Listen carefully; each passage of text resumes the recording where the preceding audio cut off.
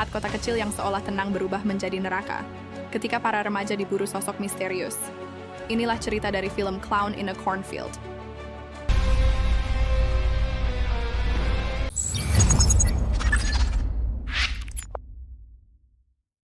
Di kota Kettle Springs, Missouri, sekelompok remaja mengadakan pesta di dekat ladang jagung dan pabrik sirup Bay Pen. Dua remaja, yaitu Jessica dan Tyler, pergi ke ladang jagung untuk berhubungan. Tyler sempat kehilangan Jessica sebelum menemukan kotak mainan. Tiba-tiba, Jessica muncul dengan sayatan pisau besar di punggungnya. Ia pun mati saat itu juga. Sementara itu, Tyler segera berhadapan dengan badut bernama Frendo. Badut itu mengambil garpu rumput dan menusuk Tyler, lalu mengayunkan ke atas kepalanya. Di masa kini, seorang remaja bernama Quinn Maybrook pindah ke Kettle Springs bersama ayahnya, Dr. Glenn. Quinn kehilangan ibunya tahun lalu karena overdosis, dan sejak saat itu hubungannya dengan Glenn menjadi renggang. Saat mereka tiba di rumah baru, hal pertama yang mereka temukan adalah bangkai binatang di perapian.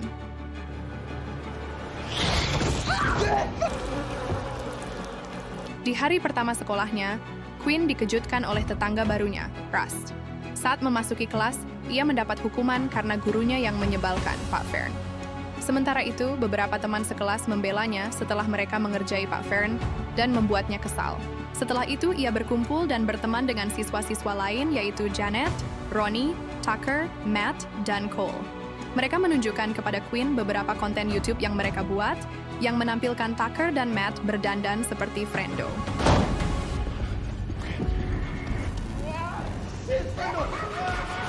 Saat Quinn pergi ke restoran bersama Glenn, mereka bertemu Sheriff Dunn. Dia memperingatkan Quinn untuk menjauh dari sekelompok remaja dan menyalahkan mereka atas kebakaran yang membakar pabrik sirup. Namun, ketika para remaja melewati restoran itu, Quinn menyelinap pergi dan bergabung dengan mereka.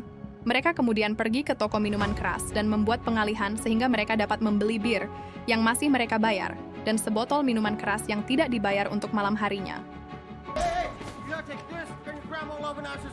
Pada malam itu, Quinn ketakutan ketika Tucker dan Matt memerankan adegan horor Frendo. Mereka membuatnya tampak seperti isi perut Matt keluar. Cole juga mengakui bahwa para remaja itu memang pergi ke pabrik sirup pada malam kebakaran, tetapi bukan mereka yang menyebabkannya. Quinn dan Cole kemudian terikat karena kematian ibunya, serta Cole merasa bersalah karena adik perempuannya meninggal dalam sebuah kecelakaan ketika mereka melompat dari jembatan. Cole pun mengantar Quinn pulang. Lalu Quinn menciumnya, namun Glenn melihat adegan tersebut dan berkata bahwa Quinn tidak akan bergaul dengan para remaja itu lagi. Setelah mereka bertengkar, Quinn menonton video yang direkam para remaja itu, tetapi dia melihat topeng Frendo lain yang tersembunyi di latar belakang. Di rumah Tucker, ia bermain drum sendirian, sampai ia melihat sesuatu yang mirip Frendo di kamera bel pintu. Ia mengira itu Matt yang sedang mengerjainya sampai ia menemukan mainan Jack in the Box di lemari. Frendo kemudian muncul di belakang Tucker dan menggorok lehernya sebelum membungkusnya dengan plastik.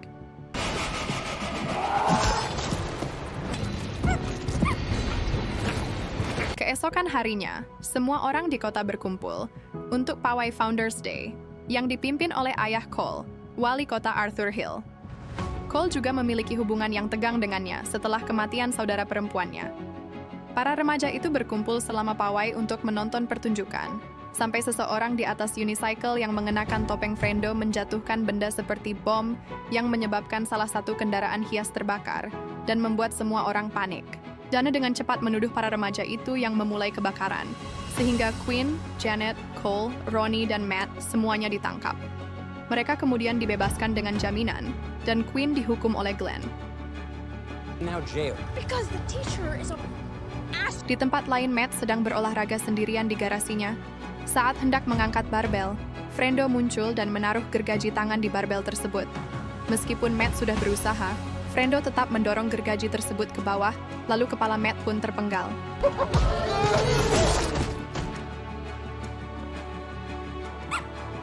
Pada malam harinya, Quinn menyelinap keluar bersama Cole untuk pergi ke sebuah pesta di ladang jagung. Di jalan, mereka melihat Russ memegang seekor rusa mati, yang mereka anggap menyeramkan dan mencurigakan. Di pesta itu, Quinn dan Cole menyelinap ke gudang terdekat untuk berhubungan, tetapi Cole menolaknya. Karena malu, Quinn berlari kembali ke Janet dan Ronnie, yang mengatakan bahwa Cole menolak setiap gadis. Quinn dan Janet hampir terlibat perkelahian sampai mereka melihat gadis lain, Ginger, muncul dari ladang jagung. Dia mati dengan anak panah di punggungnya, dan kepala Matt dilemparkan ke arah mereka. Janet dan Ronnie mengira itu hanya ide video biasa, sampai Quinn memberitahu bahwa dia tidak bisa merasakan denyut nadi Ginger. Dan Janet dan Ronnie menyadari bahwa mereka telah melemparkan kepala Matt ke sana kemari. Frendo pun muncul dari ladang jagung. Ia mulai melepaskan anak panah ke arah gadis-gadis itu, dan mengenai wajah salah satu tamu pesta yang tidak beruntung, hingga Rus muncul dan menembak Frendo dengan senapannya. Tiba-tiba, sekelompok orang berpakaian seperti Frendo mulai berjalan keluar dari ladang jagung. Salah satu dari mereka mencoba menyerang tetapi tangannya ditembak oleh Russ. Quinn, Cole, Russ, Janet, dan Ronnie berlari ke gudang untuk berlindung. Para remaja itu kemudian menemukan lubang pembuangan limbah yang dapat membawa mereka keluar. Mereka memasang perangkap untuk membuat ledakan. Ledakan itu menghancurkan gudang dan menjauhkan Frendo dari mereka. Namun Russ tertinggal. Tampaknya ia terbunuh dalam ledakan itu. Di tempat lain, Glenn mengetahui bahwa Quinn melarikan diri dari rumah, dan saat ia berusaha mencarinya, ia tertangkap oleh salah satu Frendo, ditambah dengan Frendo lain yang tangannya tertembak. Frendo pertama memerintahkan Glenn untuk merawat luka Frendo lainnya. Glenn menemukan walkie-talkie pada tubuh Frendo yang terluka, dan ia mengalihkan perhatian Frendo lainnya. Frendo yang terluka mulai kehilangan kesadaran, dan Glenn menyuruh Frendo lainnya mengambil defibrilator, yang menyebabkannya meletakkan pisaunya. Hal ini membuat Glenn terbuka untuk mengambilnya dan menusuk leher Frendo, yang menyebabkan Frendo mati kehabisan darah. Ia kemudian pergi untuk menyelamatkan putrinya. Di tempat lain, saat para remaja itu berhasil melarikan diri dari Frendo, mereka menghentikan mobil polisi di jalan yang menuju rumah pasangan Tillerson. Sayangnya, Sheriff Dunn yang mengemudikan mobil itu, dan ia hanya menangkap Cole dan yang lainnya harus kembali menghindari Frendo. Saat mereka berlari melewati ladang jagung untuk menuju Tillerson, salah satu Frendo menusuk Ronnie dengan gergaji mesin.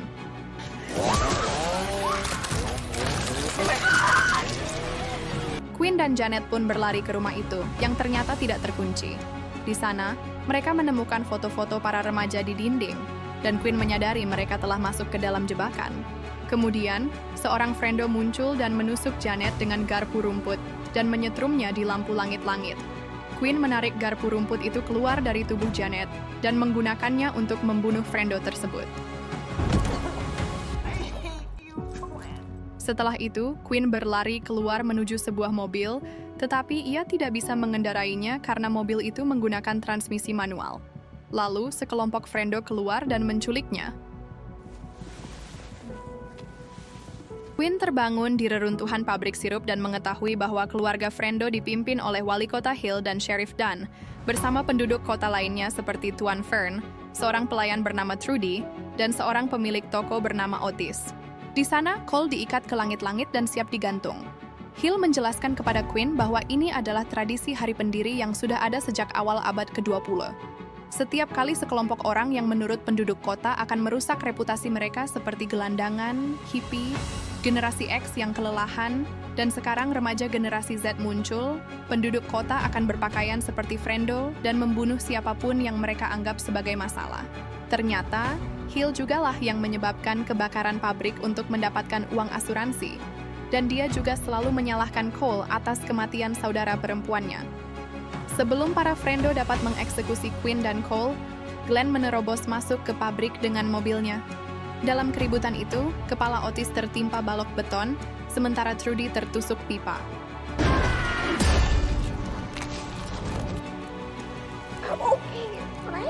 Kemudian Dunn mengejar Quinn, sementara Hill mencoba menghabisi putranya sendiri. Quinn bersembunyi dan berhasil mengelabui Dunn, meraih alat penusuk ternaknya dan menusukkannya ke tenggorokannya untuk menyetrumnya dari dalam. Saat Hill mengendarai mobil, Glenn menahannya sampai Russ muncul hidup-hidup dan menembak tali yang mengikat Cole. Setelah semua kekacauan yang terjadi, Quinn bergabung dengan mereka untuk pergi, tetapi sekali lagi berhadapan dengan mobil dengan transmisi manual.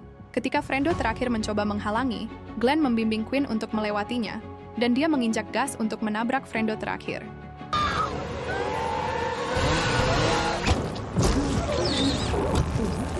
Beberapa waktu kemudian, Quinn bersiap berangkat kuliah, sementara Glenn kini mencalonkan diri sebagai wali kota Kettle Springs. Russ dan Cole kemudian muncul memberi Quinn sebuah tongkat sebagai hadiah. Quinn mengucapkan selamat tinggal kepada ketiga pria itu sebelum pergi. Di jalan, Quinn menemukan sebuah mainan Jack in the Box di dalam mobil. Ia hanya membuangnya keluar jendela dan terus melaju. Itu dia cerita film kali ini. Gimana menurut kamu? Tulis pendapatmu di kolom komentar ya. Jangan lupa like dan subscribe biar nggak ketinggalan cerita seru lainnya. Sampai ketemu lagi di Sinematika.